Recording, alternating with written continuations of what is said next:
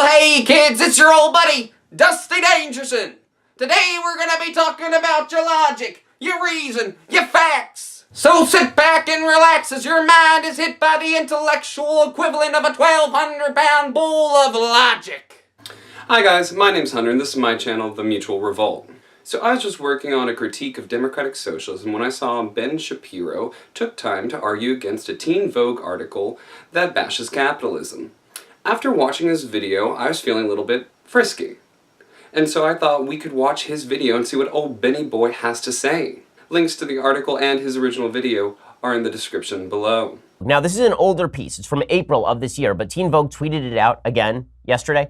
It should be noted, Teen Vogue is supported by ad dollars, and they make all of their money by running stories about the latest products that you can buy.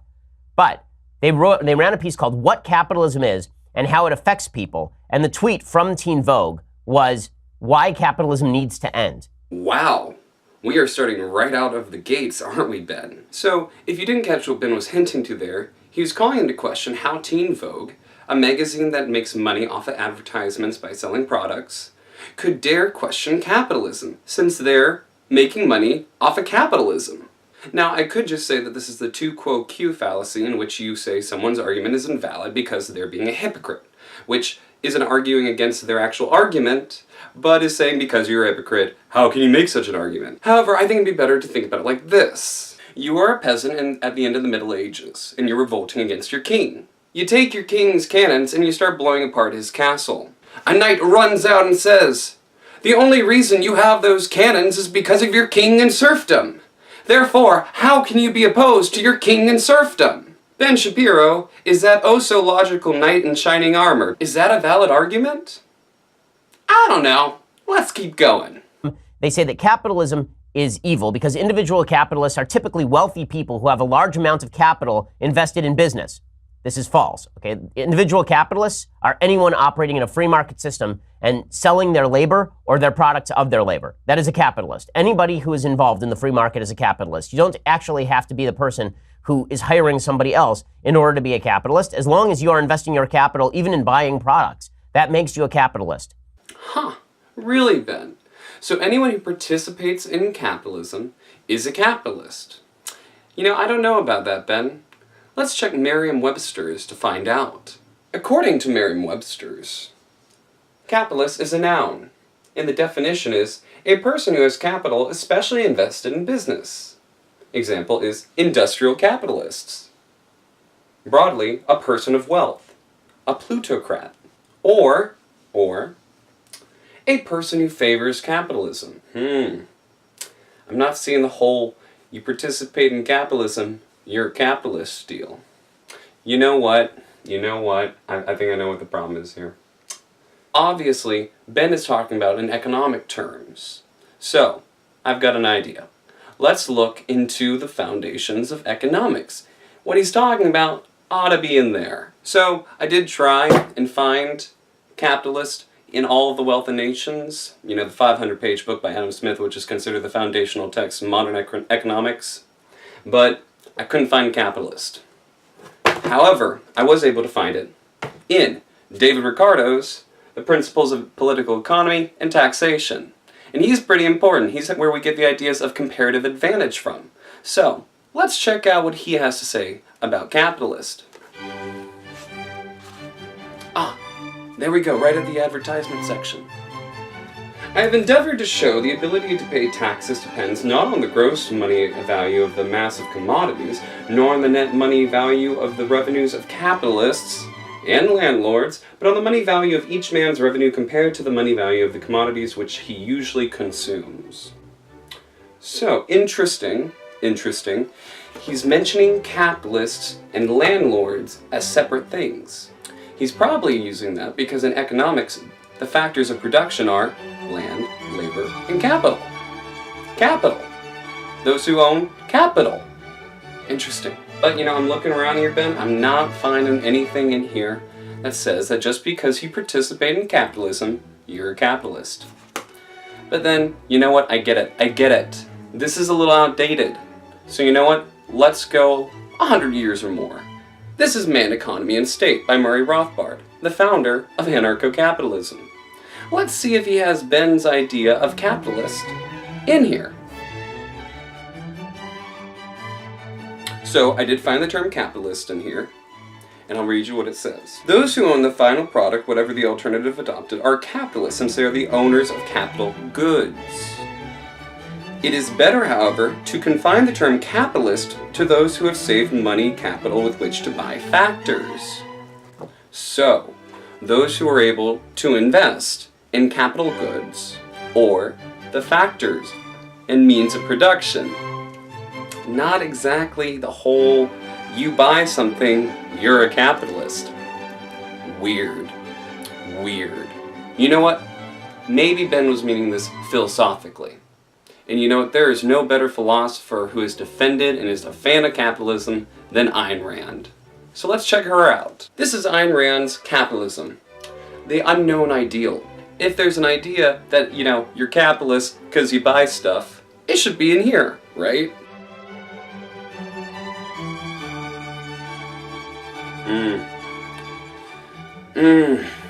Sorry, Ben.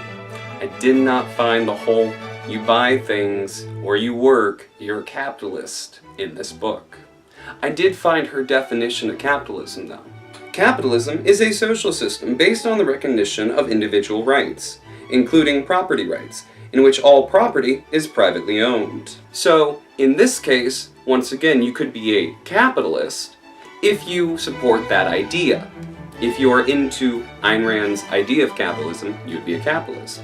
But you are not a capitalist if you just buy stuff. Maybe the problem is that what Ben's trying to say is the philosophical equivalent of the king, the aristocrats, the nobles, the lords of the manor, and the knights are all serfs because they participate in the system of serfdom. And that makes sense, right? Wait a minute. That's not how that works. That's not how any of this works, Ben.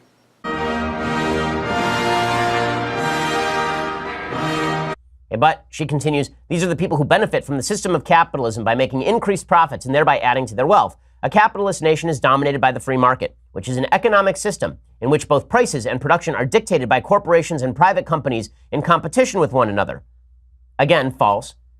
Capitalism is a free market system in which prices are dictated by what competitors are willing to sell and what, more importantly, consumers are willing to buy. If you are in a business where no one wants your product, you don't get to set the price where you want to set it.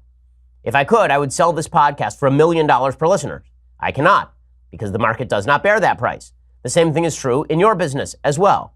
But these basic misunderstandings about the free market lead to the idea that the free market is somehow oligarchic, when in reality, the free market is the most democratic system of property ownership ever devised by humankind. According to Ben, under capitalism, you can't just raise your prices to wherever you like. And that is kinda true. If you're selling from a lemonade stand, from a flea market, from a farmer's market, sure, there are a number of places in which you have to deal immediately with the prices of others, and a lot of people will just walk away and say, no. That said, there are also a lot of products that is not the case for. Let's take, for example, pharmaceuticals. Once a company has a patent for that medicine, they can raise the price as high as they'd really like to. And you, if you need that medicine, will have to pay that price. That is, until, of course, you go bankrupt and you can't afford it anymore, but that never happens here. Never happens under capitalism. I mean, just ask our good friend Martin Shkreli. He's in jail, but it's not even because he was screwing people on their meds. It's because he was screwing rich people out of investment. Yeah, that's how that works. Intellectual property, like patents, copyrights, trademarks, still give a lot of monopolies to a lot of companies. For example, Disney still has the copyright on frickin' Mickey after almost 100 years. And then also you can now patent biological organisms, like Monsanto has. Let's also not forget the tariffs that give monopolies to national businesses. And we got a lot more of those today than we did like 2 years ago. And all of that's not even considering the regulation of businesses, which, happen to help some businesses get a leg up on the competition, in large part due to lobbyists who compose a part of the Iron Triangle, who help write the legislation and regulation that usually benefits the companies that they either work for now or used to work for. Now, I won't say we don't have freer markets in certain industries, usually the newer ones, but then there are also parts of the economy that are largely monopolistic and oligarchic. And so, yeah, we're better than China, but then I really don't think better than China is setting the bar that high.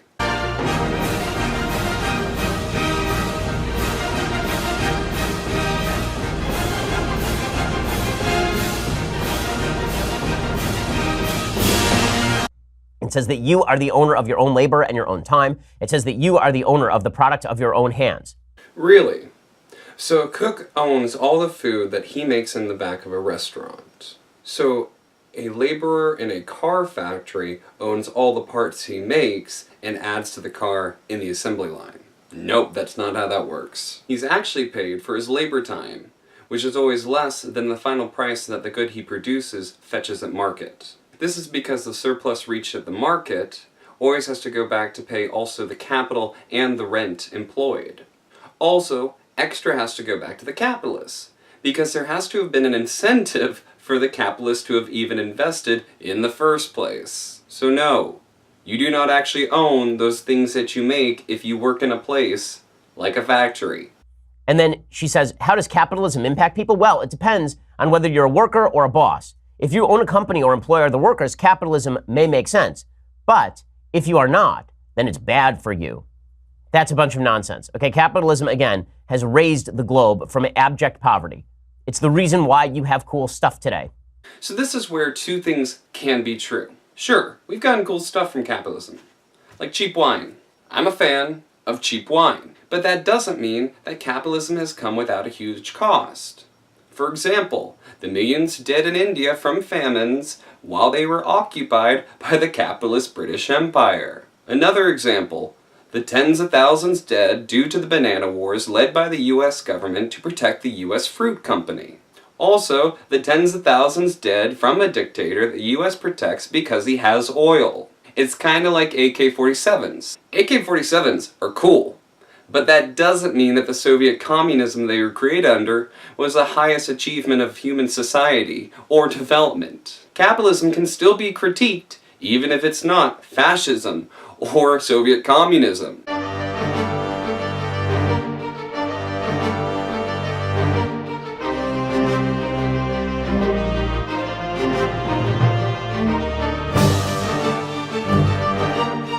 So why do people oppose capitalism? Well, anti-capitalists view capitalism as inhuman, anti-democratic, unsustainable, deeply exploitative, and say it must be dismantled. They see it as inherently at odds with democracy because of how capitalist bosses hold power over workers in the workplace and the fact that the more capital one accrues, the more power they have. Again, untrue. Richer people do not have more power over other individual human beings than poorer people do because they can't compel you to do anything. It's when regulatory capture takes place that they have more power. Power is not just being rich. Power is, are you pointing a gun at somebody? Power does issue from the muzzle of a gun. It does not issue simply by basis of being rich. How many times has a rich person asked you to do something just in your life and you've said no? Probably fairly often. I'm not even talking about things they're offering to hire you to do. First of all, I'm pretty sure she wasn't saying that just because you have more money, you can walk on the street and tell anyone that they have to do X, Y, or Z and they have to do it. Stop! You know that cheap wine, guys, goes down rough. Just like facts and logic. Good point with the regulatory capture part, though. And seeing as I've already pointed out that the modern economy has a lot of regulatory capture in it, it would stand that, yes, if you have more money, you do have more power and more coercive strength than someone who has none. It doesn't mean that you can order anyone willy-nilly around like they're a servant, but it does mean that you don't have to worry about being put in jail as much or being convicted of major crimes as easily. You can also sue people a lot easier and probably win. You also don't have to worry about your basic essentials like other people do. You can't really force someone out of their house, but you can raise their rent or fund a politician who will use eminent domain to, bulldoze that apartment building. So sure, you're not a dictator, but you definitely have more power and coercive strength than someone who's like washing dishes currently in their lives. You may not have the gun to point at people, but the gun definitely listens to you a lot more than the dishwasher. In any case, The enthusiasm for capitalism has fallen away because everybody gets to be the product of a capitalist system. We all get to live extraordinarily wealthy, long, healthy lives because of capitalism, so that gives us the ability to crap all over it. The same way that spoiled brats yell at their parents who have spoiled them, we are yelling at free markets that have spoiled us too. And there we have it, folks. We are just petulant children that don't know how good we have it, and we should just shut up because this is as good as it gets. And that is not an argument. And that really summarizes Ben's response to this whole thing. He doesn't actually make any real arguments. He usually just uses rhetorical devices to make it appear as if he has put the criticism to bed, which he hasn't. And this is a king of logic and facts? Yeesh. The revolution's gonna be a lot easier than I was thinking. Well, thank you guys so much for watching. Now, before I go, I want to push this book that I think is really useful to understanding these kind of arguments. It's called Markets, Not Capitalism, published by the Center for a Stateless Society. Now, this isn't an advertisement, I'm not associated with them, I'm not sponsored or anything like that. I just think it's really useful, especially when contending with people talking about economics and capitalism and free markets, okay? Really useful. So, I'm going to have the link down below. If you're interested, go buy it from them. Help them out. Anyways, have a great week, comrades. Until next time, bye.